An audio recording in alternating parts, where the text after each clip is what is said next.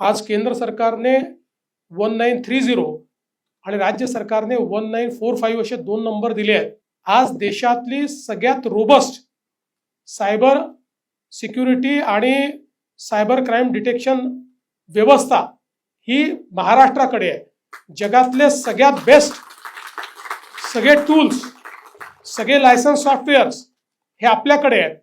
म्हणजे आज आपण जी व्यवस्था उभी केली आहे, अनेक राज्यांनी आता आपल्याला विनंती केली आहे, काही देशांनी देखील येऊन आपली सायबर लॅब बघितलेली आहे आणि आम्हालाही असं तयार करायचं आहे, अशा प्रकारे आपल्याच कॉर्पोरेशनला विनंती केली आहे. आणि म्हणून मला असं वाटतं की याचं जास्तीत जास्त याची पब्लिसिटी करून, जसं एखाद्या ॲक्सिडेंटमध्ये गोल्डन आवरमध्ये जर एखाद्या व्यक्तीला सेवा शुश्रूषा मिळाली तर त्याचा जीव वाचतो, तसाच सायबर फ्रॉडमध्येही गोल्डन अवर असतो की ज्या गोल्डन अवरमध्ये जर याची माहिती 1930 किंवा 1945 वर गेली तर अतिशय तात्काळ इंटरव्हेन्शन करून सगळे त्या ठिकाणी अकाउंट फ्रीज करता येतात आणि या सगळ्या गोष्टी आपल्याला थांबवता येतात. अनेक वेळा लोक दिवस दिवस काढून टाकतात आणि मग अशा परिस्थितीमध्ये अनेक वेळा आपण बघतो की हे गुन्हेगार इतके सराईत आहेत की 10-12 राज्यातल्या बँक अकाउंट्समधनं ते पैसे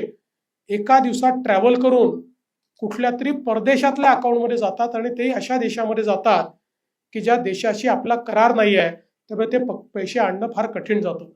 आणि म्हणून वेळेत या संदर्भातली माहिती देणं हे अत्यंत महत्त्वाचं आहे.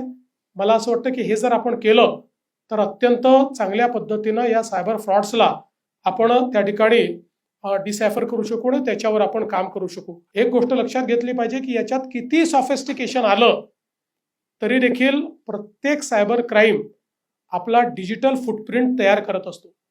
त्यामुळे आपणही त्यापेक्षा अधिक एक स्टेप पुढचं तंत्रज्ञान वापरून तो डिजिटल फुटप्रिंट शोधून काढतो आणि गुन्हेगारांना त्या ठिकाणी अटक करतो.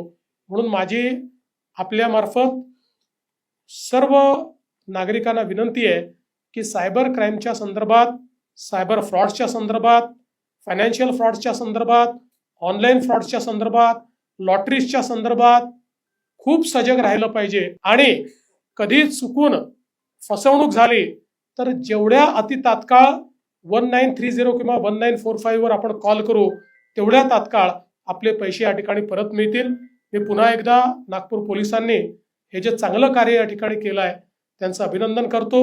ज्या लोकांचे पैसे परत मिळालेले आहेत त्यांचंही अभिनंदन करतो आणि पुढे त्यांनीही अशा प्रकारे पोलिसांचे ॲम्बेसेडर म्हणून, राजदूत म्हणून इतरांनाही जागृती करावी, अशा प्रकारची आपल्याला विनंती करतो.